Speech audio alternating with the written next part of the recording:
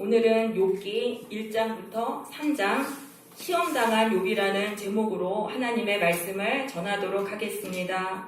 먼저 욥기에 대해서 간략하게 설명드리겠습니다. 주보를 보시기를 바랍니다.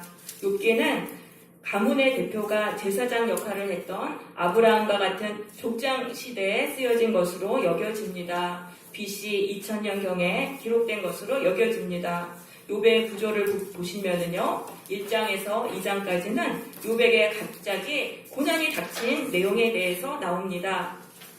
3장부터 37장까지는 욥의 당한 고난에 대해서 새 친구들과 논쟁을 하는 내용이 길게 나오고 있습니다. 38장에서 41장까지는 욥이 하나님을 깊이 만나게 되는 내용이 나옵니다. 욥이 하나님을 깊이 만나게 됩니다. 그리고 42장에서 모든 고난이 풀리고 욥이 갑절의 축복을 받는 내용이 나오고 있습니다. 여기서 볼 때 이 욥기의 중심 내용을 말씀드리면, 하나님은 욥의 신앙을 시험하시기 위해서 극한 고난을 주셨다는 것입니다. 하나님은 성도에게 극한 고난을 주셔서 그 고난 속에서도 하나님에 대한 신앙을 지키는지를 테스트하신다는 것입니다. 고난이 없는 상태에서는 누구나 신앙을 갖기 쉽습니다. 그렇지만 극한 고난이 계속되는 상황 속에서는 그때는 신앙을 지키기가 어렵습니다. 그래서 고난을 통해서만 그 사람의 신앙이 참된지가 드러나게 되는 것입니다. 그런데 고난 속에서 인간은 그 참된 신앙을 갖는 자는 하나님께로 가까이 간다는 것입니다. 고난을 통해서 하나님을 떠나는 게 아니라 하나님께로 더욱더 가까이 가서 하나님을 깊이 만나게 된다는 것입니다. 그리고 하나님을 깊이 만나면 자신이 당한 고난의 상황을 초월하게 됩니다. 하나님은 너무나 크시고 너무나 위대하신 분이기 때문에 자신이 당한 그 고난 속에서도 하나님을 경외하게 되는 것입니다. 그렇게 돼서 신앙의 테스트를 통과하게 됩니다. 그렇게 돼서 고난이 떠나게 돼요. 그러면 고난의 테스트를 통과한 것에 대해서 하나님께 상을 받게 됩니다. 그것이 바로 갑절의 축복을 받는 것입니다. 그래서 우리는 하나님께 우리도 시험을 당할 수가 있습니다. 극한 고난이 계속되는 고통을 당할 수가 있습니다. 그런데 이때 하나님께로 가까이 가는 기회로 삼아야 하는 것입니다. 하나님을 깊이 알므로 인해서 그 고난 속에서도 신앙을 지키고 하나님을 경외하는 사람이 되어야 하며, 그것을 통해서 욥처럼 갑절의 축복을 받아야 한다는 그런 내용이 되겠습니다. 그러면 욥기 1장 본문으로 들어가 보겠습니다. 1장 1절입니다. 우스 땅에 욥이라고 불리는 사람이 있었습니다. 이 욥이라는 이름은요, 뜻은 적대하다, 미워하다라는 뜻입니다. 욥의 이름의 뜻은 적대하다, 미워하다. 욥이 극한 고난을 받았어요. 그 극한 고난을 받은 것으로 인해서 사람들에게 미움을 받았다라는 그런 뜻이 되겠습니다. 사람들은 고난 당하는 걸 싫어합니다. 그래서 고난을 당한 사람도 미워하는 것입니다. 그런 의미가 있습니다. 이 욥이라는 사람은 온전하다는 건 도덕적으로 흠이 없는 사람이었어요. 욥은 아주 정직했고 하나님을 경외하며 악에서 떠난 사람이었습니다. 그에게는 아들 7과 딸 3이 있었어요. 그러니까 자녀도 많고 아주 다복하고 행복한 가정이었죠. 또 소유물은 양이 7,000마리고 낙타가 3,000마리고 매우 부자였어요. 물질적으로도 아주 부자였고 종도 많았고 동방 사람 중에 가장 훌륭한 자라는 것은 동방에서 최고의 명문 가문이었던 것입니다. 욥의 아들들이 생일이면은 자기 집에서 잔치를 베푸는데 누이들을 초청해서 같이 먹고 마셔요. 이거는 그 욥의 자녀들이 화목했다라는 것을 말하는 것입니다. 돈이 많아도 자녀들이 싸우고 불화하면은 행복하지 못하는데 자녀들끼리도 아주 사이가 좋고 우애 있는 가정이었습니다. 그렇게 생일 잔치가 끝나면은 욥은 자녀들을 불러서 하나님께 번제를 드렸어요. 혹시 잔치를 하면서 세상 즐거움을 누리면서 또 하나님께 혹시 죄를 지었을까봐 그렇게 해서 하나님께 번제를 드렸습니다. 그러니까 자녀들을 신앙 중심으로 키웠던 것입니다. 자녀들이 하나님을 경외하는 사람이 되는 것을 목적으로 키웠다는 그런 말씀입니다. 자, 6절부터는 갑자기 배경이 바뀌어요. 이 배경이 하나님이 계신 이 천국의 모습으로 배경이 바뀝니다. 하루는 하나님의 아들들이 와서 여호와 앞에 섰습니다. 하나님의 아들들은 천사들을 말합니다. 천사들이 와서 하나님 앞에 섰는데 거기에 사탄이 또 거기에 껴서 섰어요. 그러니까 하나님이 사탄에게 물어보셨어요. 네가 어디서 왔느냐? 사탄이 대답합니다. 땅을 두루 돌아다녀서 여기저기 다녀왔나이다. 그럼 사탄이 왜 그렇게 땅을 돌아다니냐 하면은 자기가 삼킬 자를 찾기 위해서.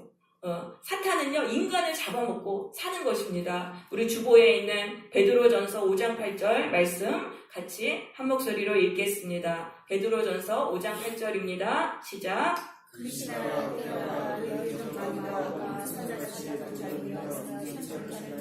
네, 사탄은요, 인간을 잡아먹고 삽니다. 그래서 이 악한 영들이 인간 속에 들어가 사는 거예요. 악한 영들이 사는 집이 인간의 마음속인 것입니다. 그리고 사탄은 굉장히 부지런해요. 투로 돌아다니면서 삼킬 자를 찾는 것입니다. 그래서 우리는 영적으로 깨어 있어야 돼요. 인간 속에 악한 영이 많이 들어와 살아요. 예수를 믿으면은 얘네들이 나가요. 예수의 이름을 부르면서 나가라, 나가라 계속 기도하면 악한 영들이 나갑니다. 자, 그래서 우리는 예수를 믿고 이 마음속에 이 악한 영을 빼내며 살아야 되는 것입니다. 근데 사탄이 굉장히 부지런해요. 악한 자를 막 두루다니며 찾는 거예요. 그래서 욥을 타깃으로 발견한 거예요. 내가 욥을 잡아먹어야겠다. 욥을 나의 종으로 삼아야겠다. 이렇게 결심하고 욥을 지금 그렇게 하기 위해서 하나님 앞에 온 겁니다. 자기의 능력으로는 욥을 넘어뜨릴 수 없어요. 그러니까 하나님이 욥을 시험하도록 그렇게 하시기 위해서 하나님 앞에 온 것입니다. 그러니까 마침 하나님이 욥에 대해서 막 칭찬하세요. 욥처럼 이렇게 온전한 사람이 없다. 그랬더니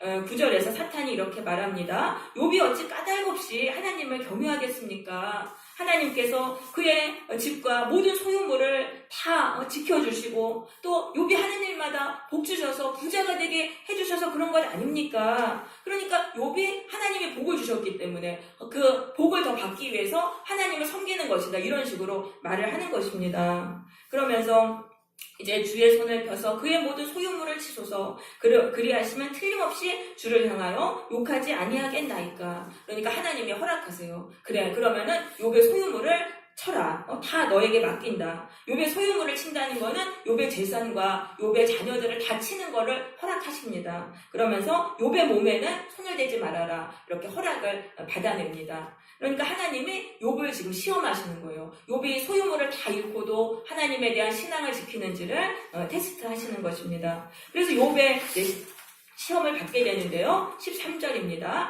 하루는 욥의 자녀들이 마다들의 집에서 음식을 먹으면서 포도주를 마시고 있었어요. 그런데 그 평화로운 그 행복한 날이었습니다. 그런데 사환이 욥에게 와서 말하는 것입니다. 소는 밭을 갈고 나귀는 그 곁에서 풀을 먹는데 스바 사람이 갑자기 와서 다 빼앗고 칼을 종들로 죽였나이다. 스바 사람은 아라비아 무역 상인을 말하는 것입니다. 나만 홀로 피하였으므로 주인께 아뢰어 왔나이다. 욥의 행복과 평화가 갑자기 깨졌습니다.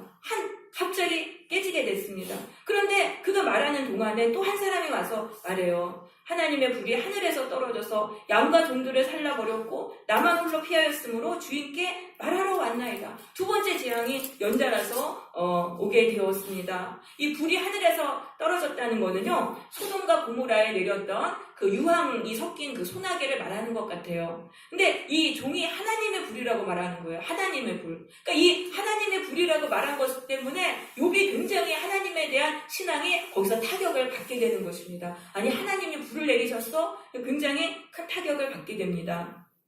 그런데 그가 말하는 동안에 세 번째 재앙이 닥치는 거예요. 한 사람이 와서 아뢰되 갈대아 사람이 새 무리를 지어서 낙타에게 달려들어서 다 빼앗고 칼로 종들을 죽였나이다. 나만 홀로 피하였으므로 주인께 아뢰러 왔나이다. 그런데 또 네 번째 재앙이 닥쳐요. 그가 말하는 동안에 또 한 사람이 와서 이르되 주인의 자녀들이 마다들의 집에서 잔치를 하는데 거친 들에서 큰 바람이 와서 집이 다 무너져서 자녀들이 다 죽었나이다. 그러니까 이 자녀들까지 하루아침에 욥이 다 잃게 되는 그런 재앙을 당하게 되었습니다. 그랬더니 욥의 반응이 20절에 나옵니다. 욥이 일어나 겉옷을 찢고 머리털을 밀고, 이거는 극한 슬픔을 표현하는 행동이 되겠습니다. 땅에 엎드려 예배하며 이르되 내가 모태에서 알몸으로 나왔사온즉 또한 알몸이 그리로 돌아가올지라. 주신 이도 여호와시요 거두신 이도 여호와시오니 여호와의 이름이 찬송을 받을지로다 라고 말하면서 욥이 범죄하지 않게 됩니다. 욥이 하나님을 원망하지 않고 그 상황을 다 받아들여요. 그렇게 해서 욥이 시험을 통과합니다. 욥의 신앙이 참된 것으로 하나님께 인정을 받고 시험을 통과하게 됩니다. 그런데 2장에 보면 사탄이 또 하나님 앞에 또 와요. 사탄이요, 욥이 시험을 통과했다고 욥을 포기하는 게 아니에요. 욥을 어떻게든 시험에 빠져서 그가 참된 신앙을 무너뜨리기 위해서 또 이제 사탄이 하나님 앞에 오는 것입니다. 그러니까 사탄은 굉장히 끈질긴 거예요. 우리가 사탄하고 싸워서 이겼어요. 그래서 사탄이 갔어요. 그렇다고 해서 안 오는 게 아니에요. 또 와요. 끈질기게 와요. 끈질기게 싸워 이겨야 돼요. 사탄이 끈질기다는 걸 아셔야 되고, 끈질긴 사탄보다 우리가 더 끈질겨야 돼요. 그래야지 사탄 마귀를 이길 수 있어요. 사탄이 또 왔습니다. 그러니까 하나님이 욥을 막 칭찬하시는 거예요. 욥이 3절에 보세요. 내가 나를 충동하여 까닭 없이 그를 치게 하였어도 그가 여전히 자기의 온전함을 굳게 지켰느니라. 하나님이 욥을 칭찬하니까 사탄이 이렇게 대답합니다. 가죽으로 가죽을 받고 오니 사람이 그의 모든 소유물로 자기의 생명을 받고 올지라. 이 말은 뭐예요? 가죽으로 가죽을 받거나 물물교환이라는 말하는 것입니다. 그러니까 욥이 자기의 건강을 다치지 않게 하기 위해서 자기의 소유를 포기한 것입니다. 이렇게 말하는 거예요. 그러니까 여기서 봤을 때 하나님은 욥의 좋은 면을 보셨잖아요. 그럼 사탄은 욥의 나쁜 면을 보는 거예요. 욥의 좋은 면도 나쁜 점으로 보는 거예요. 이게 사탄의 속성이라는 것을 우리는 알아야 하는 것입니다. 하나님은 우리의 좋은 면을 보십니다. 그런데 사탄은요, 우리의 좋은 점도 나쁘게 봐요. 그리고 자꾸 나쁜 점만 보고, 이게 사탄의 속성인 것입니다. 그래서 우리가 사람의 단점이 자꾸 눈에 들어오고 좋은 점도 나쁘게 보이는 거는 우리의 마음속에 사탄이 들어온 것입니다. 그래서 이거를 사탄이 계속 왔다 갔다 해요, 우리 마음에. 그래서 사탄이 굉장히 위험한 거예요. 그래서 이게 비판 정죄하는 마음도 사실 마찬가지예요. 이것도 사탄이 그 영인 것입니다. 근데 우리 성도들이 여기에 엄청 많이 빠져요. 왜냐하면 하나님 말씀대로 살아야 되잖아요. 그 말씀을 붙잡고 살려다 보니까 그렇게 살지 못한 사람들이 자꾸 눈에 들어와요. 그러다 보니까 비판 정죄에 자꾸 빠지게 돼요. 그런데 이게 이거 사탄의 속성이구나 깨닫고 자꾸 회개해야 돼요. 비판 정죄하는 영아, 내 안에 예수 이름으로 명한다. 내 안에서 떠나라. 하나님, 제가 자꾸 사람들의 단점을 보는 이 죄를 예수의 보혈로 씻어주세요. 계속적으로 기도해야 돼요. 이렇게 예수의 이름을 붙잡고 기도하면 이 비판하는 사탄의 영이 견디지 못하고 떠납니다. 마음이 불편해서 여기 못 견디네 하면서 다른 사람한테로 가야지 하면서 나가게 됩니다. 그래서 이걸 우리가 자꾸 쫓아내야 돼요. 사탄이 또 막 욥을 중상모략을 하는 거예요. 그러면서 뭐라고 말하냐면 5절에 보세요. 이제 주의 손을 펴서 그의 뼈와 살을 치소서, 욥의 건강을 치소서. 그리하면 틀림없이 주를 향하여 욕하지 아니하겠나이까. 자, 이렇게 해가지고 욥의 건강을 치는 걸 하나님께 또 허락을 받습니다. 그렇게 해서 사탄이 욥을 쳤어요. 그의 발바닥에서 정수리까지 종기가 나게 했어요. 이 종기라는 거는 이 가려움증과 통증입니다. 온몸에 나면서 피부가 벗겨지면서 열이 나는 그런 병을 말하는 것입니다. 욥이 몸이 너무 가려웠어요. 그래서 제 가운데 앉아서, 이거는 쓰레기 더미에 앉았다는 말입니다. 질그릇 조각을 가져다가 몸을 막 긁었어요. 그러니까 욥의 아내가 욥에게 이렇게 말합니다. 당신이 그래도 자기의 온전함을 굳게 지키느냐? 하나님을 욕하고 죽으라. 왜 하나님 원망하지 않아? 당신에게 이런 저주를 준 하나님을 왜 원망하지 않느냐? 하나님을 욕하고 죽으라. 이렇게 말을 했습니다.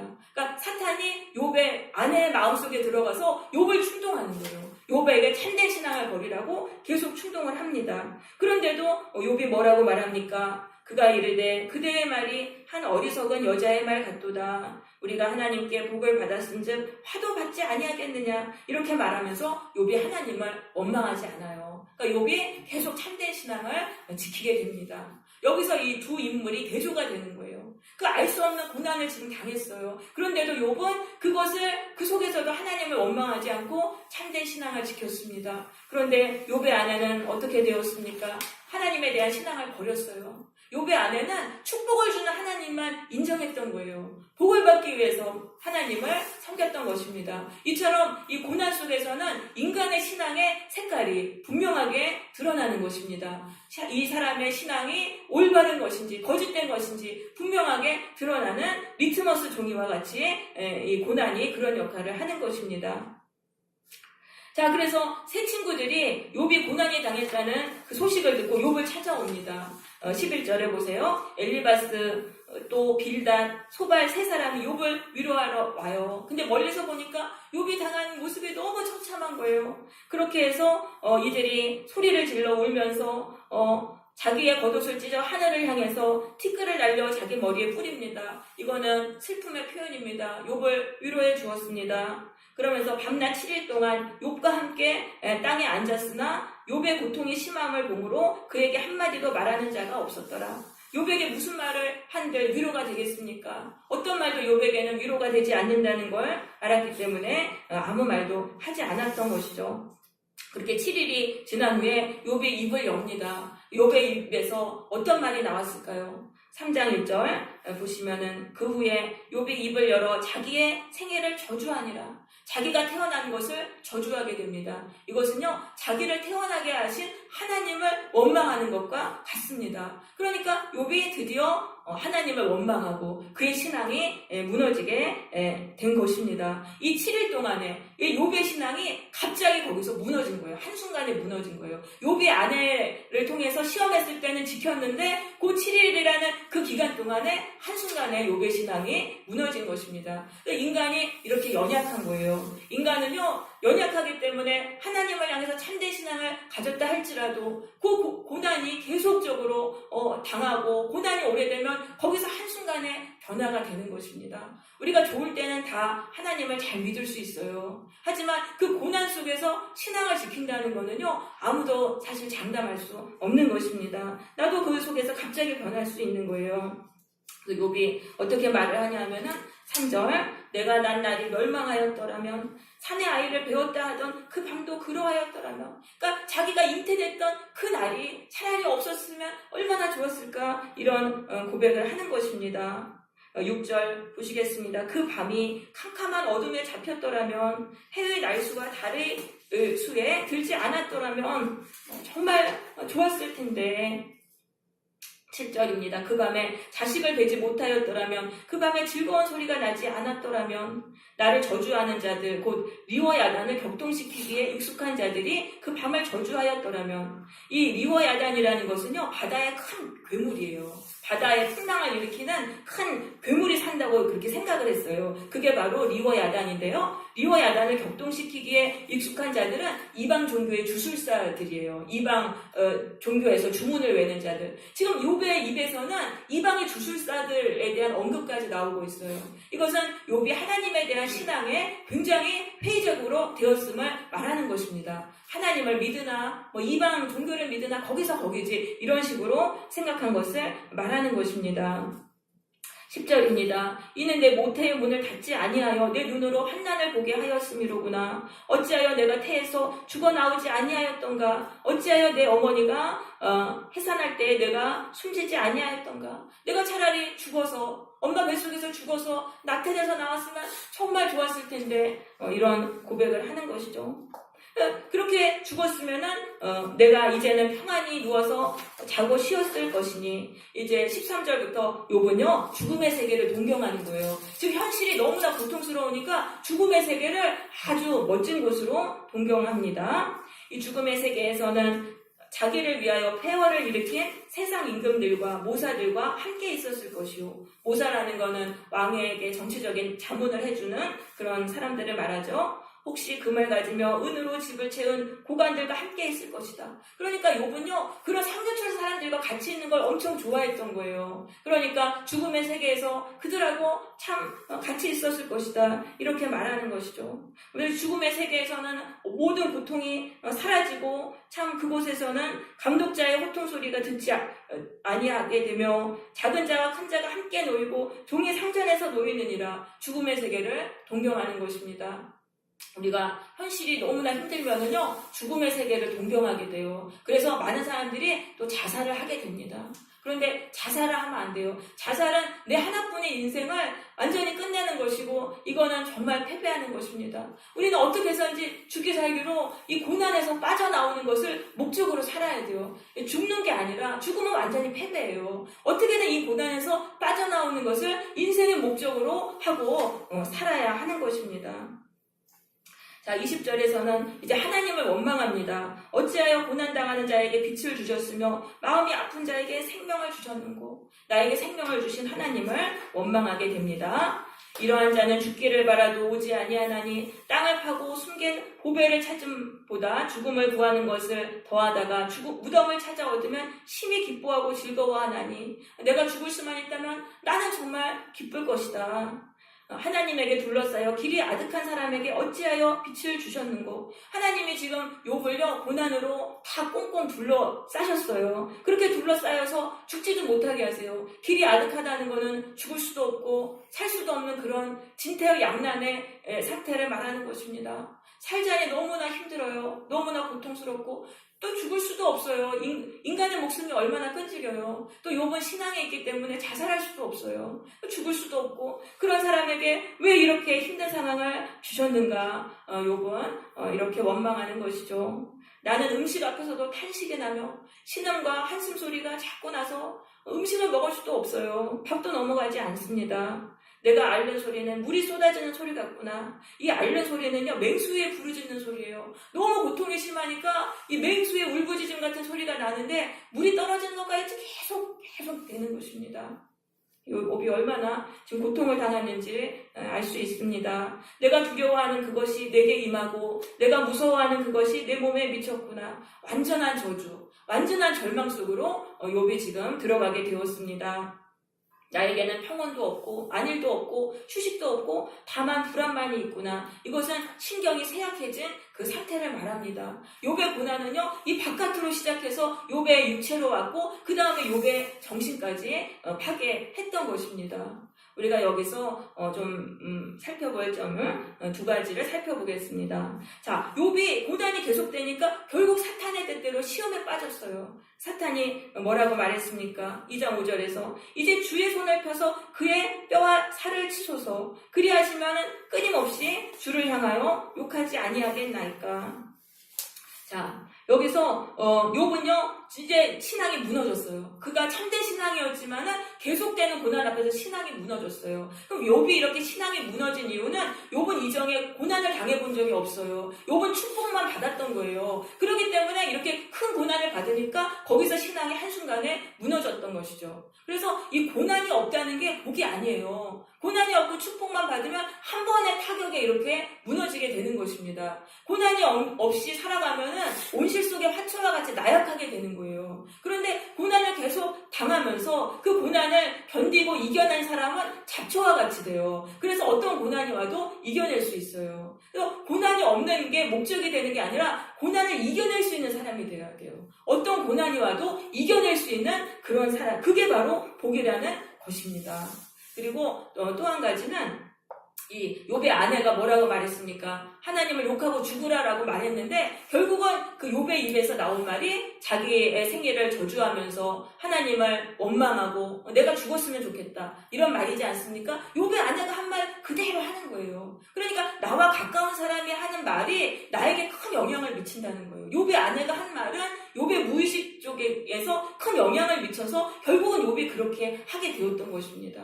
그래서 나는 내가 하는 이 말이 나와 가까운 사람에게 큰 영향력을 준다는 것을 알아야 하는 것입니다. 그래서 내 입에서 항상 이 신앙의 말이 나오고 믿음의 말이 나오고 불신앙적이고 부정적인 말을 금해야 돼요. 그러면 내가 하는 그 말이 내 주변 사람들에게 영향을 미쳐서 그의 신앙을 무너뜨릴 수 있다는 것을 우리가 알아야 되겠습니다. 자, 그 다음에 욥이 자기의 생애를 저주하니까 그 다음에 어디로 넘어가요? 자기를 태어나게 하시는 하나님을 원망하게 됐어요. 그렇게 되면서 깊은 절망 속에 빠지게 되었습니다. 이 비관적인 생각은요, 꼬리를 물고 또 다른 비관적인 생각으로 들어가게 되고 거기서 또 다른 비관적인 생각으로 들어가서 결국 비관의 늪에 빠지게 만든다는 것입니다. 계속적으로 그렇게 되면 이 비관적인 생각에 갇혀가지고 거기서 빠져나올 수 없게 되는 것입니다. 그래서 우리가 한 가지 생각에 계속 빠지는 거, 한 가지 부정적인 생각에 계속 빠지는 게 굉장히 위험한 것입니다. 그래서 인생은 운전과 같아요. 운전을 가다가 한 방향으로 계속 가면 부딪혀 사고가 나요. 그러니까 다시 돌아와야 되는 거예요. 그래서 우리 안에 비관적인 생각이 계속적으로 들어올 때 어떻게든 방향을 돌려서 여기서 빠져나와야 하는 것입니다. 그러면 어떻게 하면 우리가 비관적인 생각에서 빠져나올 수 있을까요? 하나님의 말씀을 읽어야 돼요. 하나님의 말씀은 구원의 말씀입니다. 소망의 말씀입니다. 하나님의 말씀을 읽으면서 비관적인 그 생각에서 빠져나오려고 그렇게 해야 되는 것입니다. 그런데 비관적인 생각이 이제 너무 강할 경우에는 말씀을 읽어도 이게 거기서 빠져나오기가 어려워요. 그럴 때는 기도를 해야 돼요. 그 말씀을 붙잡고 기도해야 돼요. 하나님의 말씀대로 이루어질 것을 믿습니다. 하나님의 말씀대로 내가 고난을 이기고 내가 여기서 빠져나올 걸 믿습니다. 그걸 계속 큰 소리로 고백해야 돼요. 선포해야 돼요. 그러면은 그렇게 기도하면은 믿음이 없었는데 믿음이 생겨요. 우리 안에 믿음이 붙어요. 그리고 우리 안에 믿음이 붙으면 믿음대로 이루어지는 것입니다. 그래서 그 말씀을 소리내서 읽는 거예요. 말씀은 구원의 말씀이고 소망의 말씀이니까 그 말씀을 붙들고 이 말씀대로 될 걸 믿습니다. 계속적으로 기도해야 됩니다. 그러면 비관적인 생각에서 빠져나와요. 그리고 이 비관적인 생각, 이건 영입니다. 악한 영입니다. 그래서 예수의 보혈로 이걸 씻어내야 돼요. 비관적인 생각의 죄를 예수의 보혈로 자꾸 씻어달라고 기도해야 돼요. 그러면은 그 생각에서 빠져나와서 비관의 늪에서 빠져나오게 되는 것입니다. 그래서 우리는 이 세 가지 무기를 사용해야 돼요. 말씀의 무기, 기도의 무기, 보혈의 무기를 사용해서 이런 부정적인 영, 또 비관적인 늪에서 빠져나와야 되는 것입니다. 자, 그러면 우리도 얼마든지 욥과 같은 시험을 당할 수가 있습니다. 고난이 계속 와요. 크게 오고 계속적으로 오고 지속적으로 왔을 때 우리는 어떻게 해야 되겠습니까? 자, 첫째, 고난에서 빠져나오는 것을 목표로 삼아야 됩니다. 내 인생의 목적을 분명하게 정해야 돼요. 내가 이 고난에서 빠져나오는 것을 내 인생의 목적으로 하리라. 이렇게 목표로 삼아야 하는 것입니다. 우리 야고보서 1장 12절 말씀, 주보의 말씀 같이 한 목소리로 읽습니다. 야고보서 1장 12절입니다. 시작. 시험을 참는 자는 복이 있나니 이는 시험을 견디는 자가 주께서 저를 사랑하는 자에게 약속하신 생명의 멸관을 얻을 것이기 때문이라. 네, 이 고난의 시험을 견뎌야 돼요. 견디면서 하나님의 신앙을 포기하지 않아야 돼요. 이렇게 되면은 하나님이 뭘 주시냐면은 생명을 주시는 거예요. 생명의 면류관이라는 건 생명을 주신다는 겁니다. 고난 속에서도 하나님의 신앙을 지키면서 견디면은 결국은 고난이 떠나가요. 그럼 그 다음에 고난이 또 와도 고난을 물리칠 수 있어요. 그래서 생명을 누리는 거예요. 고난을 견디면은 어떤 것도 두렵지 않고 다 물리칠 수 있는 생명을 얻게 된다는 것입니다. 그래서 내가 나를 파괴하려는 이 사탄마귀, 이 고난, 이것과 싸워서 내가 이겨서 얘는 생명을 누리고 사탄마귀를 이기며 살아야 되겠다는 그런 것을 목표로 해야 되는 것입니다. 두 번째로 고난의 상황을 바라보지 말고 전능하신 하나님을 바라보아야 되는 것입니다. 요번요 자기가 당한 고난의 상황을 바라봤어요. 근데 그러지 말고 전능하신 하나님을 바라봐야 돼요. 하나님은요 불가능한 게 없어요. 죽은 자도 살리시고 하나님의 명하시면 한순간에 모든 고난이 풀어지고 한순간에 역전이 일어나는 것입니다. 그래서 하나님을 우리가 바라봐야 돼요. 세 번째로 하나님에 대한 원망을 기도로 바꿔야 됩니다. 하나님에 대한 원망을 기도로 바꿔야 됩니다. 입에서 자꾸 원망이 나와요. 기도도 자꾸 원망하는 식으로 하게 돼요. 그럴 때 그 기도를 믿음의 기도로 바꾸는 것입니다. 그 습관적으로 그냥 바꿔버리는 거예요. 그래서 그 원망하는 기도는 절대 하지 말고 이제 믿음의 기도를 드리는 거예요. 하나님이 나를 고난에서 한순간에 풀어주실 것을 믿습니다. 지금의 상황에서 하나님이 기적적인 그 능력으로 내가 여기서 헤쳐나올 것을 믿습니다. 자꾸 이거를 기도로 소리내서 고백해야 돼요. 믿어지지 않아도 그냥 입으로 그렇게 소리를 내야 돼요. 그러면 그렇게 이루어지게 돼 있어요. 왜냐하면 말에는 권세가 있어요. 하나님이요 말씀으로 세상을 창조하셨습니다. 이거는 말이 새로운 세상을 만들어낸다는 것입니다. 우리가 하는 말이 우리의 인생을 만들어내는 것입니다. 그래서 내가 자꾸 내 마음속에는 원망이 가득하지만 입으로는 그 믿음의 말을 하는 것입니다. 믿음의 기도를 드리는 것입니다. 원망이 나올 때 그 믿음의 기도로 바꿔서 선포를 하면은 내 인생에 정말 이 고난에서 풀려나는 일들이 이루어지는 것입니다. 그 다음에 네 번째, 부정적인 영을 예수의 이름으로 물리쳐야 됩니다. 부정적인 생각이 올 때마다 예수의 이름으로 명한다. 부정적인 영아 나에게서 떠나라. 계속 선포하면서 기도해야 됩니다. 그러면 부정적인 악한 영이 예수의 이름을 듣고 두려워서 떠나요. 마음 편히 있지 못해요. 그리고 결국은 나가는 거예요. 그래서 부정적인 생각이 사라지게 되는 것입니다. 그러면서 우리의 마음에는 다시 믿음과 구원의 소망이 넘치게 되는 것입니다. 그래서 고난의 시험을 통과하게 되는 것입니다. 우리 모두 예수의 이름을 붙들고 붙드시기를 바랍니다. 예수의 이름을 붙들면 우리가 모든 고난을 이겨낼 수 있습니다. 그리고 고난을 통과함으로 하나님께 갑절의 축복을 받을 수 있는 것입니다. 우리 모두 예수님의 이름을 붙들므로 부정적인 생각에서 풀려나고 고난의 시험을 이기고 축복받는 성도들이 되시기를 바랍니다. 아멘.